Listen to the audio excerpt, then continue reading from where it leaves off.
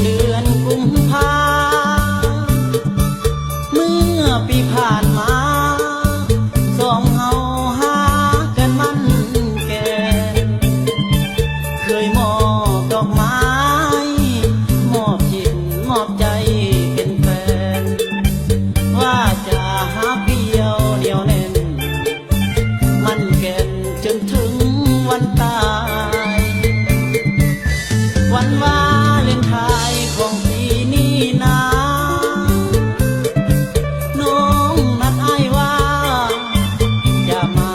ให้ของขวัญนายน้องก็มาจริงแต่มากับเพื่อนผู้สาว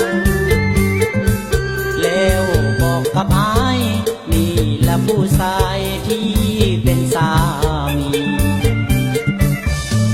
วาเลนไทน์วันหา